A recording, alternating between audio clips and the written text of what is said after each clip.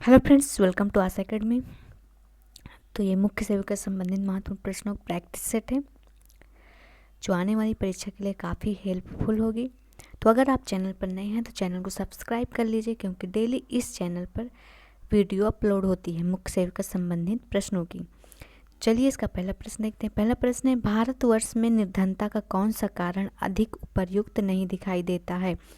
Option है अशिक्षा, B है बेरोजगारी, सी है भाग्य का भरोसा करना, डी है काम मिलने पर भी काम करने की इच्छा ना होना। तो यहाँ पूछा गया है भारतवर्ष में निर्धनता का कौन सा कारण अधिक उपयुक्त नहीं दिखाई देता है। तो इसका राइट आंसर डी हो जाएगा, काम मिलने पर भी काम करने की इच्छा ना होना। तो राइट आंसर हो जाएगा ऑप्शन नंबर डी। भारत में अशिक्षित बेरोजगारी अधिक है। भारत कुछ धार्मिक विश्वास जैसे कर्म का सिद्धांत एवं माया की धारणा भी कुछ हिंदुओं को कठिन परिश्रम से कार्य करने के प्रति उदासीन बनाते हैं। तो ऐसा नहीं है कि काम मिलने पर भी काम करने की इच्छा ना हो। तो इसका राइट आंसर ऑप्शन नंबर हो जाएगा डी। नेक्स्ट क्वेश्चन देखते हैं। किस प्रकार की निर्धनता कायिक उत्तरजीविका को बनाए रखने के लिए जरूरी बुनियादी संसाधनों के अभाव का द्योतक है? ऑप्शन है परम निर्धनता, बी है सांस्कृतिक निर्धनता, सी है व्यक्तिगत निर्धनता और डी है बाह्यता मूलक निर्धनता। इसका राइट आंसर हो जाएगा ऑप्शन नंबर ए, परम निर्धनता। एक ऐसी दशा जिसमें सामान्यतः भौतिक किंतु कभी कभी सांस्कृतिक संसाधनों का अभाव भी होता है, इसे गरीबी कहते हैं। परंतु जब कायिक उत्तरजीविका को बनाए रखने के लिए जरूरी बुनियादी संसाधनों का अभाव होता है तो उसे परम निर्धनता कहते हैं, एब्सोल्यूट पॉवर्टी कहते हैं इसे। तो राइट आंसर हो जाएगा option number A. Next question देखते हैं। मंडल आयोग ने अन्य पिछड़े वर्गों के चयन निम्नलिखित में से किस समूह को आधार माना है?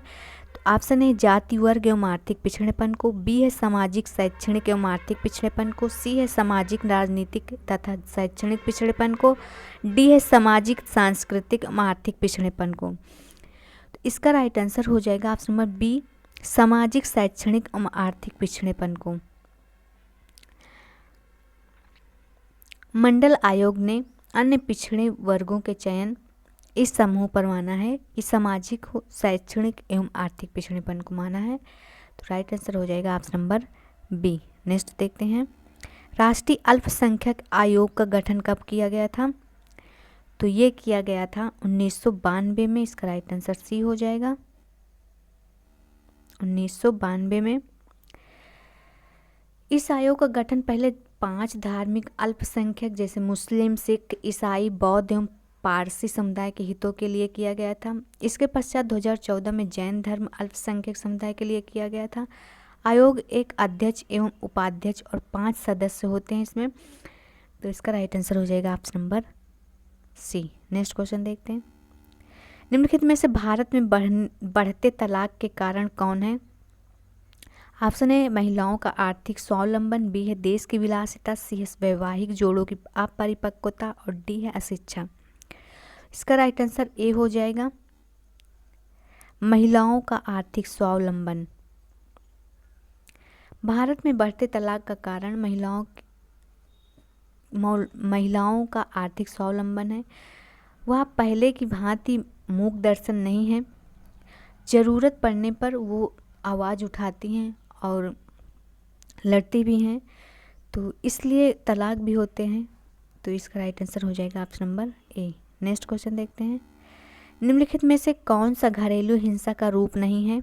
ऑप्शन दहेज मृत्यु, बी है यौन उत्पीड़न, सी है अपहरण और डी है पत्नी की पिटाई करना। तो यहाँ पूछा गया घरेलू हिंसा का रूप नहीं है, तो ये अपहरण नहीं है। राइट आंसर हो जाएगा ऑप्शन नंबर सी। सभी हैं, मृत्यु दहेज मृत्यु है, यौन उत्पीड़न है, पत्नी की पिटाई करना इस घरेलू हिंसा है, लेकिन अपहरण नहीं है। घरेलू हिंसा अधिनियम 2005 में भारत की संसद द्वारा पारित किया एक अधिनियम है जिसका उद्देश्य था घरेलू हिंसा से महिलाओं को बचाना। इस अधिनियम को 26 अक्टूबर 2006 को लागू किया गया था। इस कानून के तहत घरेलू हिंसा के दायरे में अनेक प्रकार के हिंसा और दुर्व्यवहार आते हैं। तो इसका राइट आंसर हो जाएगा option number C. Next question देखते हैं। अंत्योदय कार्यक्रम का उद्देश्य है, ऑप्शन है अल्पसंख्यकों का विकास, बी है दलितों की प्रोन्नति, सी है गरीबों में से सर्वाधिक गरीब की सहायता, और डी है भारत में निर्धनता का पूर्ण निराकरण। तो इसका राइट आंसर हो जाएगा ऑप्शन नंबर सी, गरीबों में से सर्वाधिक गरीब की सहायता करना। नेक्स्ट क्वेश्चन देखते हैं। किस पंचवर्षीय योजना का मुख्य उद्देश्य गरीबी हटाओ था? तो इसका राइट आंसर हो जाएगा ऑप्शन नंबर बी, 5वीं पंचवर्षीय योजना। इस योजना का कार्यकाल जो था वो अप्रैल 1974 से मार्च 1979 तक था। इसका राइट आंसर हो जाएगा option number B. Next question देखते हैं। निम्नलिखित में से किसने संघर्ष को तनाव प्रबंधन की एक प्रक्रिया के रूप में देखा? तो किसने देखा है? तो लेविस कोजर ने देखा था। इसका राइट आंसर बी हो जाएगा। लेविस कोजर ने संघर्ष को तनाव प्रबंधन की एक प्रक्रिया के रूप में माना है जो सामाजिक परिवर्तन की प्रतिक्रिया के फलस्वरूप उत्पन्न होकर पुनर्एकीकरण का कार्य करती है। तो इसका राइट आंसर ऑप्शन में बी हो जाएगा। नेक्स्ट देखते हैं। मार्क्स का संघर्ष सिद्धांत आधारित है, किस पर आधारित है? तो ये आधारित है वर्ग संघर्ष पर। इसका right answer option number A हो जाएगा।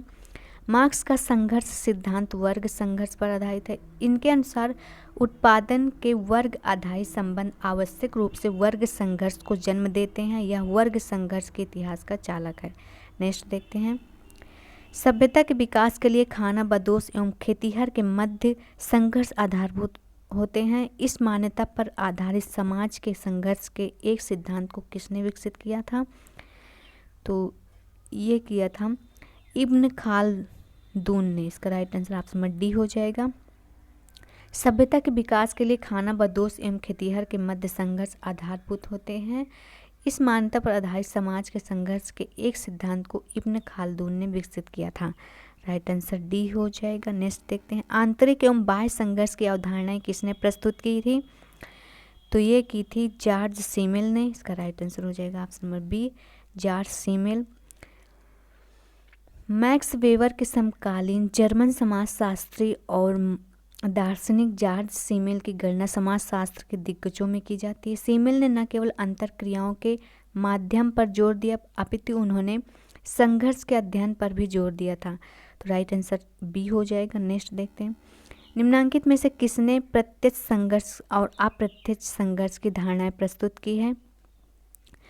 तो ये की है मैकाइवर एवं पेज ने। इसका राइट आंसर हो जाएगा ऑप्शन नंबर डी हो जाएगा।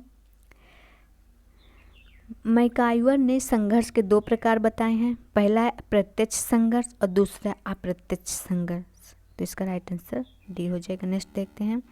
समाज में संघर्ष के कारण प्रकारों पर निम्नलिखित में से किसने बल दिया?